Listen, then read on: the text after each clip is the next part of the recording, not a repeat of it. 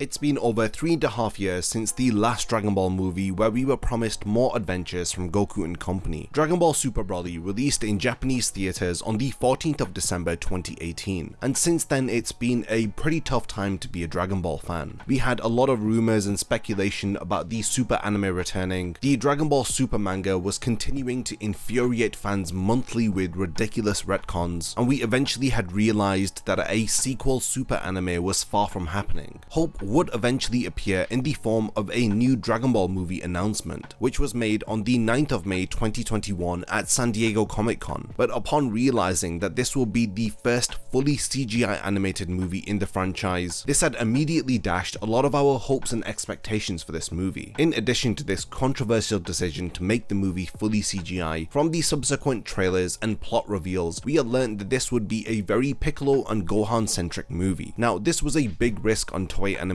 part for deciding not to include Goku and Vegeta and making this movie fully CGI. In the end, how well does this movie do at telling us a different type of Dragon Ball story that focuses on the wider cast instead of being the Goku and Vegeta show? In this video, I will be giving my thoughts on the new Dragon Ball Super movie, discussing the plot, characters, animation process, and lastly what I liked and disliked about this pretty divisive latest installment in the Dragon Ball media franchise.